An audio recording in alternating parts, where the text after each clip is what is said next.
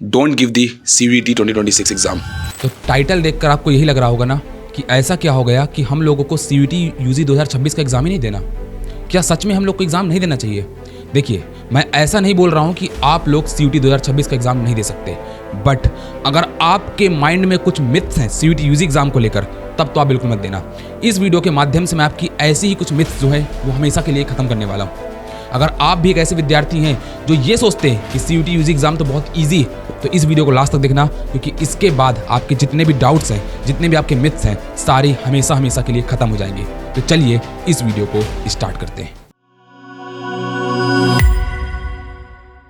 Myths number 1, if you don't have a strategy.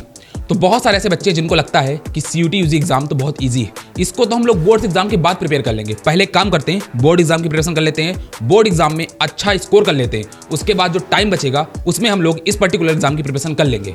लेकिन आपको ये जानकर काफ़ी हैरानी होगी कि लगातार हो रहे एग्जाम पैटर्न में चेंजेस के कारण ये एग्जाम काफ़ी डिफिकल्ट होता जा रहा है CUET स्टूडेंट्स के लिए। तो ऐसे अगर आप विद्यार्थी हैं जो कि CUET 2026 तैयारी कर रहे हैं, तो आपको ये पता होगा कि NTA ने नया रूल इंट्रोड्यूस करा था, जिसके थ्रू अब आप लोग को 50 आउट ऑफ 50 क्वेश्चन अटेम्प्ट करने हैं इन 60 मिनट्स। बट आपको एक बात बता दूं, जब इस बार CUET 25 का एग्जाम हुआ और हमने स्टूडेंट से पूछा कि आपको सबसे बड़ी प्रॉब्लम क्या फेस हुई, तो बहुत सारे स्टूडेंट का ये कहना था कि भैया हम 50 आउट ऑफ 50 क्वेश्चन तो सॉल्व ही नहीं कर पाए, क्योंकि 60 मिनट हैं और 50 में से 50 क्वेश्चन सॉल्व करने काफी डिफिकल्ट है। बहुत सारे ऐसे बच्चे थे जो 40 के ऊपर क्वेश्चन तो देख भी नहीं पाए थे। इवन बहुत सारे ऐसे बच्चे भी थे जो 30 क्वेश्चन तक ही सीमित रह गए। तो अगर आप भी CUET 2026 तैयारी कर रहे हैं, तो सोचिए कितना ज्यादा टफ कंपटीशन होने वाला है, कितनी ज्यादा आप लोग को प्रैक्टिस की नीड होगी अगर आप इस पर्टिकुलर टाइम फ्रेम में सारे क्वेश्चन अटेंड करना चाहते हैं, जो कि NTA का रूल है। स्ट्रेटजी से मेरा मतलब ये भी है कि आपके पास एक पर्टिकुलर पूरी टाइम टेबल होना चाहिए कि आपको पर्टिकुलर हर सब्जेक्ट को कितना टाइम देना है डेली बेसिस पे। आप लोग इंग्लिश और गैट को भी बिल्कुल इग्नोर नहीं कर सकते। अगर मैं बात करूं तो आप लोगों के पास पूरा सिलेबस नोट डाउन होना चाहिए। कुछ टॉपिक्स ऐसे हैं जो NCERT के डिलीटेड है, बोर्ड्स में तो नहीं आते, बट CUET UG एग्जाम में पूछे जाते हैं। बहुत सारे ऐसे टॉपिक्स भी हैं जो क्लास 11 के पूछे जाते हैं। क्लास 11 का बेस भी काफी इंपॉर्टेंट हो जाता है अगर आप लोग को CUET UG एग्जाम के MCQ क्वेश्चन को सॉल्व करना है, क्योंकि कई बार ऐसे फंडामेंटल क्वेश्चन आते हैं जिनका जो बेस होता है वो क्लास 11 का ही कॉन्सेप्ट होता है। तो आप लोग को क्लास 11 का भी कॉन्सेप्ट अच्छे से क्लियर करते हुए चलना है। Myth number 2, you are ignoring English and GAT. तो देखो, बात ऐसी है कि जब भी स्टूडेंट के साथ हम मेंटोरिंग सेशन लेते हैं तो बच्चे ये बोलते हैं कि सर अभी इंग्लिश पढ़ के क्या करेंगे, अभी गैट पढ़ के क्या करेंगे, अभी तो बहुत टाइम बाकी है, अभी डोमेन सब्जेक्ट की प्रैक्टिस कर लेते हैं, डोमेन सब्जेक्ट प्रिपेयर कर लेते हैं, क्योंकि इससे हमारा बोर्ड एग्जाम भी अच्छा हो जाएगा और CUET UG एग्जाम के लिए भी प्रिपेयर कर लेंगे हम।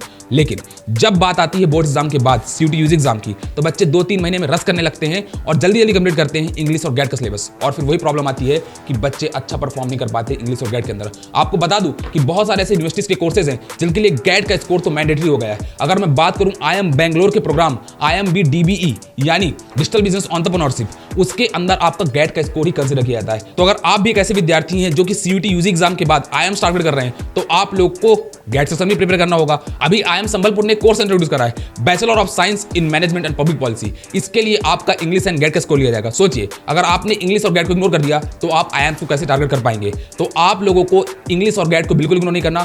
थ्रू आउट द ईयर आप लोग उसको प्रिपरेशन करते हुए चलनी है। अभी भी काफी टाइम बाकी है, तो आप लोग गैट और इंग्लिश को थ्रू आउट द ईयर जरूर प्रिपेयर करें, सो दैट आप लोग CUET UG एग्जाम में अच्छा स्कोर कर पाएं।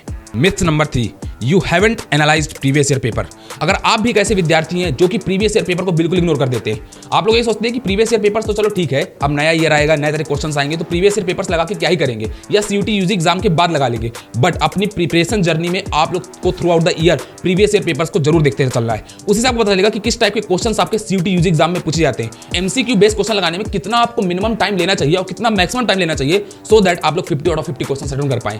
तो इन सब के लिए जरूरी है कि आप प्रीवियस ईयर पेपर्स का एनालिसिस करते चले, सो दैट आप लोग को सिलेबस का भी अंदाजा लग जाएगा और आपको डिफिकल्टी लेवल का भी अंदाजा लग जाएगा कि CUET UG एग्जाम पिछले 2022 से लेकर 2025 तक कितना चेंज हुआ है। Myth number 4, you are not giving topic test and mock test. Almost सभी स्टूडेंट्स ये मिस्टेक करते हैं कि थ्रू आउट द ईयर अपनी प्रिपरेशन जर्नी में वो लोग मॉक टेस्ट को और सेक्शनल टेस्ट को बिल्कुल इग्नोर कर देते हैं। बहुत सारे स्टूडेंट्स को ऐसा लगता है कि एक काम करेंगे, बोर्ड एग्जाम होने के बाद हम लोग मॉक टेस्ट लगाना स्टार्ट करेंगे, क्योंकि उस टाइम पे हमारा एकदम प्रैक्टिस का मोड बना रहेगा और हम लोग CUET UG एग्जाम में अच्छे स्कोर कर लेंगे। बट ऐसा नहीं हो पाता।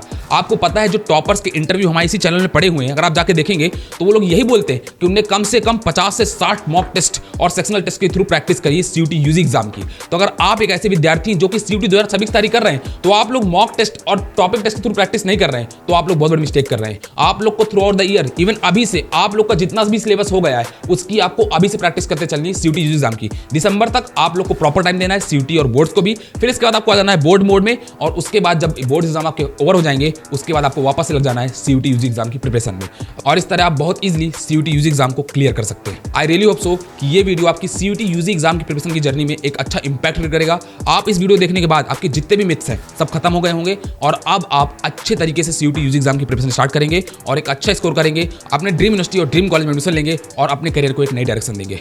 अगर आप भी एक ऐसे विद्यार्थी जो कि CUET 2026 तैयारी कर रहे हैं और आपको बहुत सारे डाउट्स आ रहे हैं कि इसको कैसे बोर्ड साथ मैनेज करना है, क्या एक आइडियल प्रिपरेशन होनी चाहिए CUET यूजी एग्जाम के लिए, कौन कौन सी यूनिवर्सिटीज हम टारगेट कर सकते हैं CUET यूजी एग्जाम के थ्रू, कौन कौन से IIMs में एडमिशन ले सकते हैं हम CUET यूजी एग्जाम के साथ, तो आप लोग बुक कर सकते हैं एक मेंटोरिंग सेशन। आपको पिन कमेंट में और डिस्क्रिप्शन में एक लिंक मिल जाएगी, उसमें एक फॉर्म है, उसको फिल कर दीजिएगा और हमारी टीम आपसे विदिन 24 आवर्स कनेक्ट करेगी और आपके जितने भी डाउट्स हैं सारे सॉल्व कर देगी। तो मिलते हैं फिर नेक्स्ट वीडियो में किसी और अच्छी इन्फॉर्मेशन के साथ। तब तक के लिए अगर आपको कोई दोस्त है जो कि CUET यूजी 2026 तैयारी कर रहा है तो उस तक ये वीडियो शेयर करना बिल्कुल मत भूलिएगा, और हाँ, ध्यान से चैनल को सब्सक्राइब कर लेना क्योंकि ऐसी इन्फॉर्मेशन आप तक तभी पहुंचेगी।